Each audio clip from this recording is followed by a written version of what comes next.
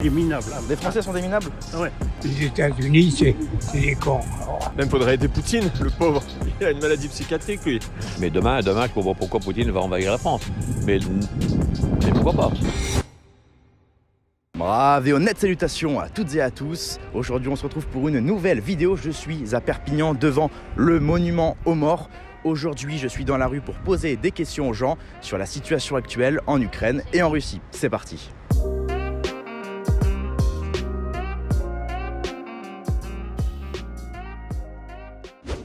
Alors chers amis, dans ce reportage comme vous l'avez vu, on a une partie de micro-trottoir où j'interroge les gens dans la rue à Perpignan en l'occurrence. Et évidemment, il va y avoir aussi une partie analyse, c'est-à-dire que je vais rebondir sur certaines phrases, certains propos des gens que j'ai pu interviewer et je vais revenir dessus et essayer de décortiquer un petit peu ce qu'ils voulaient dire. Vous vous sentez plus proche de l'Ukraine ou de la Russie ? Ça dépend, c'est par rapport à quoi. Par rapport au conflit actuel qui se passe ? C'est quoi le conflit? En fait, je sais pas qui a tort ou raison au début. Oui, c'est vrai. Vous pensez comme ça, sans savoir la situation, vous pensez qui est le premier responsable ? Voilà, Vous pensez que c'est qui le premier responsable ? je sais pas, hein. Vous savez pas ? Non, Vous n'avez pas une a priori non. Vous aimez plus l'Ukraine ou la Russie juste comme ça, sans prendre part du conflit ? Les Russes, je vois qui c'est, mais qui aurait tort par rapport à... C'est presque pareil, la Russie ou l'Ukraine. Oui, bah là on a un clochard sudiste, un clochard du sud, qui en fait s'avère être la personne la plus intéressante à qui j'ai donné la parole. C'est un mec qui ne savait même pas qu'il y avait un conflit, il savait rien, ni sur l'Ukraine ni sur la Russie, et comme il sait rien, il a rien dit, il s'est tu. Et ça change de tous les merdeux sur Twitter bourrés à l'émotionnel, qui disent un petit peu tout ce qui leur passe par la tête, sans avoir une once de réflexion avant. Et d'ailleurs ça rejoint un petit peu ma démarche journalistique que j'expérimente un peu à la Socrate. Ce que je sais, c'est que je ne sais rien. Donc je vais voir les gens et je les questionne. Je les questionne jusqu'à ce qu'ils se posent eux-mêmes des questions. Donc quand on ne sait pas, on se tait. Et c'est ce qu'a fait ce gentil clochard sudiste que je salue au passage. Vous vous sentez plus proche de l'Ukraine ou de la Russie ? Globalement, plutôt l'Ukraine, je pense, comme la majorité déjà. Pourquoi ? Pourquoi ? Parce que la presse nous y incite quand même. Ouais. Voilà. C'est pas dérangeant ça ? Si c'est pas dérangeant, ça peut l'être, effectivement. Pour vous, qui est le premier responsable de ce conflit ? Le premier responsable de ce conflit, je pense que c'est celui qui a commencé, a priori. Et donc, a priori, ce sont quand même les Russes, d'après l'information dont je dispose. C'est l'instant publicité et aujourd'hui, je vous présente notre gamme de produits russes, en commençant par un magnifique t-shirt Poutine vite. Et même notre Xavier Moreau national valide le t-shirt, c'est dire sa qualité. Pour les adorateurs de Vladimir, vous avez aussi ce fabuleux buste qui part très très vite, donc dépêchez-vous de vous en procurer un, ça part comme des petits pains. Et pour ceux qui veulent comprendre le conflit, les mécanismes géopolitiques de cette guerre, je vous recommande le livre de Lucien Cerise, La guerre hybride de l'OTAN. Tous ces articles sont disponibles dans la description, donc foncez. Que pensez-vous des 1,4 milliard d'euros que Macron va donner en soutien à l'Ukraine ? Qu'est-ce que j'en pense ? 1,4 milliard, si on compte tous les dons d'armement, etc. Je pense qu'il est obligé de suivre les autres démocraties qui font la même chose. Ne pensez-vous pas que l'argent doit aller autre part ? Ça, c'est encore une fois, je vais pas en juger. Il pourrait aller autre part, oui, il pourrait aller autre part, bien sûr. Il y a plein de possibilités. Après, je pense qu'il y a une pression, justement, des États-Unis, des autres. On en revient à l'implication prononcée des... Oui, on peut le dire, oui. Oui, je pense, oui. Voilà. Vous ne pensez pas que l'argent devrait aller dans les hôpitaux, pour les agriculteurs, pour le public, pour les sans-abri ? Idéalement, oui, mais oui, bien sûr.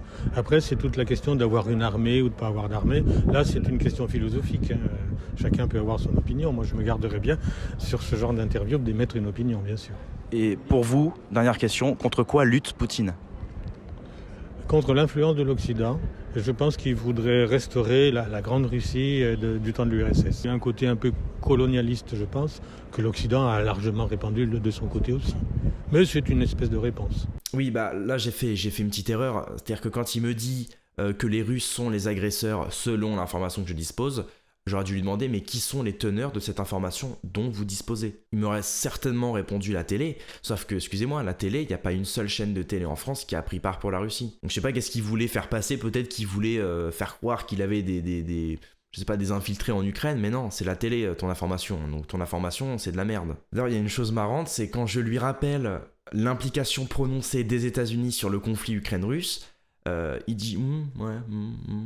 On dirait vraiment que ça lui troue le cul de dire que les États-Unis sont les premiers déclencheurs de cette guerre. C'est-à-dire que quand la Russie se défend en reprenant des terres qui leur appartenaient jadis, là c'est le bruit des bottes, là c'est le retour des heures les plus sombres. Mais quand c'est les USA qui envahissent l'Irak, l'Afghanistan, la Syrie, qui ne sont pas et n'ont jamais été des terres leur appartenant, là par contre c'est bien.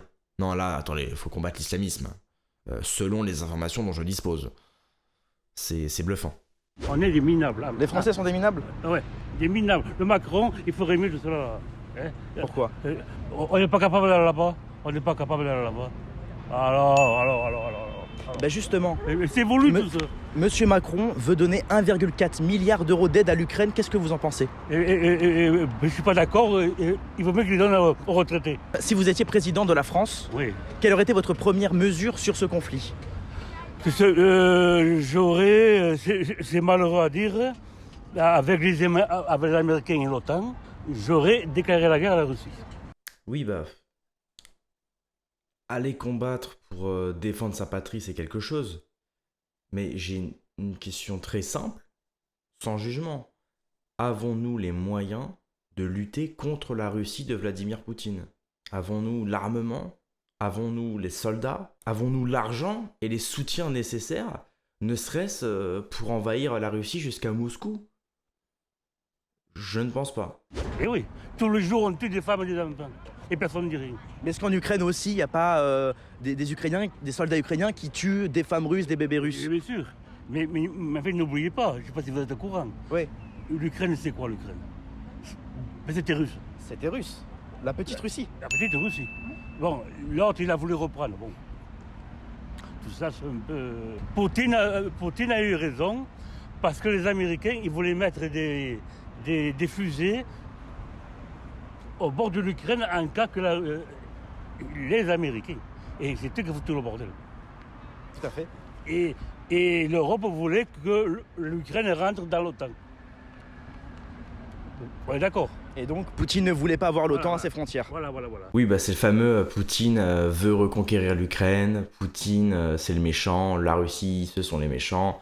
Moi j'ai qu'une question, c'est qui ont encerclé la Russie de missiles? Il le dit lui-même, ce sont les Américains. Mais comme les Américains ils font des films de super-héros, ils ont une bonne équipe de basket et ils font des burgers à 6 étages, ça va, c'est les gentils. Et ce qui est véritablement triste avec ce pauvre monsieur, c'est qu'en fait, il est victime des médias courants. Il est victime de la presse, il est victime de la désinformation en faveur d'un camp bien précis qui a des intérêts qui les poussent à supporter l'Ukraine, ou du moins à être du côté de l'Ukraine et à faire de la désinformation sur la Russie, et même sur ce conflit généralement. Et ce monsieur représente exactement le français moyen qui est bloqué dans ce que j'appelle la matrice gouvernementale. Ça l'empêche totalement d'avoir un libre arbitre, ça l'empêche d'avoir un avis réfléchi et rationnel. Vous êtes pour l'Ukraine ou pour la Russie? Ni l'un ni l'autre. Pourquoi? Parce que je veux pas qu'il y ait une guerre en Europe, c'est tout. Vous êtes pour la France avant tout? Je suis français avant tout. Est-ce que vous pensez pas qu'on s'investit peut-être trop dans le conflit? Un peu trop peut-être. Est-ce que vous pensez pas que les États-Unis sont peut-être trop prononcés aussi dans ce conflit? Oui, bon. Les États-Unis, c'est des cons. Alors, comme tous les Américains. L'Amérique, pour moi, c'est un pays de merde. C'est tout. Pourquoi ça? Parce que c'est comme ça. Avant, j'admirais les Américains quand j'étais gosse. Maintenant, je les déteste. Eux, comme les Allemands, c'est pareil.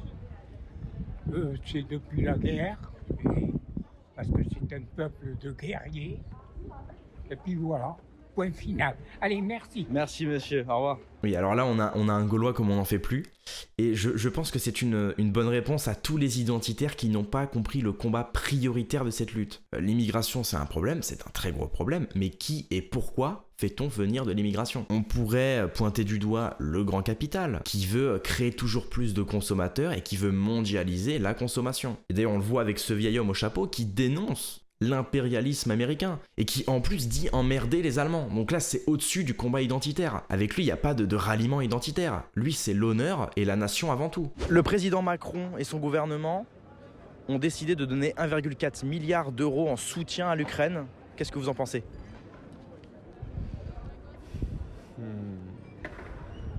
Après, franchement, moi, pardon,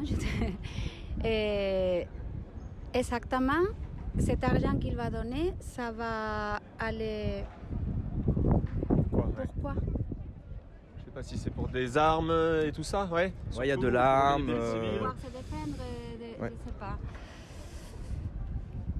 Pour vous, cet argent, il doit aller où, s'il y a un endroit où le mettre? À la population, pour les aider, les gens qui sont tout perdus, qui n'ont rien à manger. Ouais, mais c'est peut-être pas mal aussi de les aider à se défendre en les armant aussi. Mais moi, je pense qu'il ne faut pas entretenir,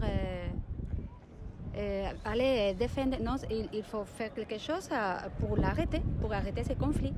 Ouais, bah sur ce plan, on a le type en jaune qui nous dit que il faut, avec les 1,4 milliard d'euros français, il faudrait aider l'Ukraine, notamment en les armant. Et puis là, il y a sa nana, ou je sais pas, son ami, qui lui dit non, mais attends, c'est pas possible, tu entretiens une guerre en faisant ça. Justement, il faudrait arrêter, il faudrait donner aux démunis, aux gens démunis, aux gens des blessés, etc. Mais il faut pas leur redonner de l'armement, sinon on ne fait qu'entretenir la guerre. Et là, ça me fait totalement penser à l'essai d'Henri David Thoreau, La désobéissance civile, que je vous recommande, qui lui n'a pas voulu payer d'impôts pendant la guerre États-Unis-Mexique et qui a été emprisonné pour ça. Donc moi je sens une part de bon sens chez cette femme que je sens un petit peu moins chez le type en jaune. Et encore une fois, je le rappelle, c'est du micro-trottoir en direct, donc c'est-à-dire qu'ils n'ont pas le temps de réfléchir. Moi je ne fais que les questionner à la Socrate. Et vous allez le voir durant cette interview, je ne fais que leur poser des questions et au final, c'est plus du tout les mêmes qu'au début. C'est-à-dire qu'eux-mêmes se questionnent. Est-ce que cet argent, il ne devrait pas déjà aller dans les hôpitaux, dans les sans-abri en France, je parle, pour le public, pour l'école, pour les sans-abri, les retraites? Mais oui. Après, quelle est la priorité? Je sais pas, pour moi, oui, il y a des trucs à faire en France, ça c'est sûr. Évidemment, il y a plein de choses qui manquent en France, dans le public, hôpitaux, éducation. Mais... Vous pensez que le peuple ukrainien doit passer avant les Français? Après, moi, je pense qu'on est tous pareils. Moi, je le verrais pas comme s'il y avait une hiérarchie entre les deux. Moi, c'est pareil. Qu'on aide quelqu'un qui a besoin, quoi. Qu'on aide les Français qui ont besoin, qu'on aide les Ukrainiens qui ont besoin, ça me semble... Est-ce qu'il n'y a pas une priorité nationale? Non. Alors qu'on aide les gens qui en ont besoin, les Ukrainiens en ont besoin. À partir du moment où tu penses que ton argent que tu as gagné à la sueur de ton front doit aller aux Ukrainiens plus qu'aux Français, c'est qu'il y a un truc qui cloche. Moi, je peux plus rien pour toi. Quand on voit l'état de notre pays, l'insécurité grandissante, l'école qui décline totalement, la justice entièrement déséquilibrée, le marché du travail saturé. Si tu veux que ton argent il aille à des Ukrainiens avant de devoir réparer ton propre pays, pour moi c'est un déni volontaire. Pour moi je dirais même c'est un assassinat prémédité de ton propre pays. Il y a volonté de destruction là. Il faudrait aider du coup les Russes qui sont en besoin, en danger ou non? Parce qu'il y a énormément de russophones en Ukraine. Oui, Et ouais, les Russes aussi pareil, ouais. Peut-être pas mal aussi de les aider à se défendre en les armant aussi. Même faudrait aider Poutine, le pauvre. Il a une maladie psychiatrique lui.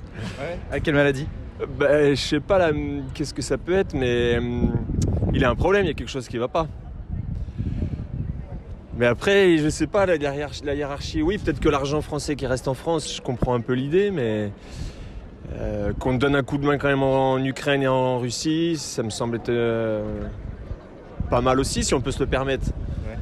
Je pense qu'il y a pas mal d'argent en France, qu'on en donne un peu là-bas aussi, pourquoi pas. Ces pseudo-humanitaires qui ne jurent que par l'humanité ne savent pas ce qu'est l'humanité au XXIe siècle. C'est un concept entièrement mondialiste qui veut nous faire croire qu'il y a une humanité, mais dites-moi ce qu'est l'humanité. Ce qui nous différencie, hormis le fait de vivre sur Terre, ce sont nos mœurs, ce sont nos cultures, ce sont notre mode de vie, ce sont notre hygiène de vie, ce sont notre mode de fonctionnement, notre alimentation, le climat selon les endroits où on vit. Il y a aucune notion d'humanité là-dedans. Le concept d'humanité a volonté de détruire l'individu. Le 49.3, vous en pensez quoi?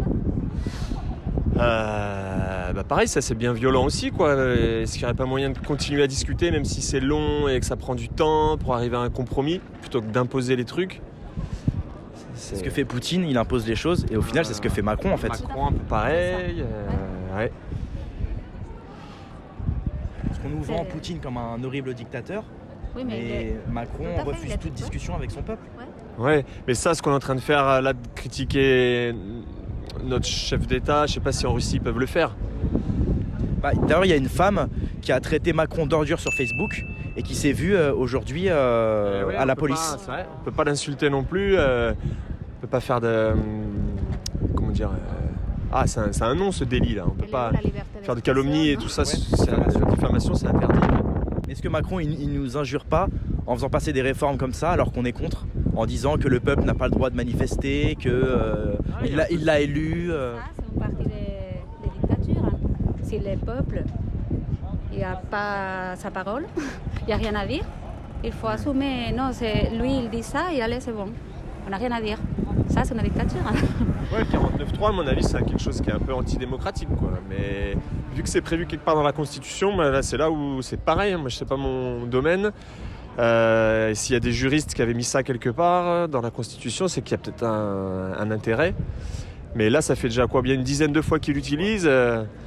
Ça commence à faire beaucoup, ouais. Je comprends que les gens sont en colère, ouais. Un pays qui a ordonné une attestation de sortie, un pass vaccinal, une interdiction d'émettre une critique envers un président, ou même on peut encore citer les CRS qui ont éborgné des manifestants. Enfin, moi je ne vois qu'une douce dictature. Ou du moins je vois un régime très autoritaire, voire un régime entièrement policier. Je vois pas où est la démocratie là-dedans. J'ai l'impression que les gens ne se rendent pas compte de tout ça. Ils se rendent pas compte de l'état dans lequel notre pays est, et qu'en fait le fait de les avoir questionnés, tous ces gens-là, ça fait qu'ils réfléchissent petit à petit quand même. Ils se questionnent eux-mêmes. C'était le but de mon micro-trottoir, c'était que les gens se questionnent eux-mêmes. Et moi je pense, je vous le dis sincèrement, là le jaune il est plus comme au début. Hein. Au début il était ouais. Puis après il est vraiment dubitatif, je le sens dubitatif, je pense qu'il a mal dormi. Pour vous, contre quoi lutte Poutine? Attendez, la Russie, elle veut recréer le grand royaume avant du temps de Staline, en quelque sorte. Et l'Ukraine, qui a pris son indépendance, veut effectivement rester, libre et diriger son pays. Bon, chacun devrait être libre de faire ce qu'il fait. Ce qu'il faudrait, c'est qu'il y ait une intelligence entre les deux pays qui garde une certaine indépendance, tout en restant, proche, et puis parce qu'un conflit c'est jamais bon pour personne, surtout avec les armes actuelles, et l'escalade qui est en train de se faire. Non seulement on a des problèmes déjà, et puis en plus on s'en rajoute. Alors, moi je suis un peu écœuré. Moi je suis né en 47, j'ai vécu les bonnes années 70-80.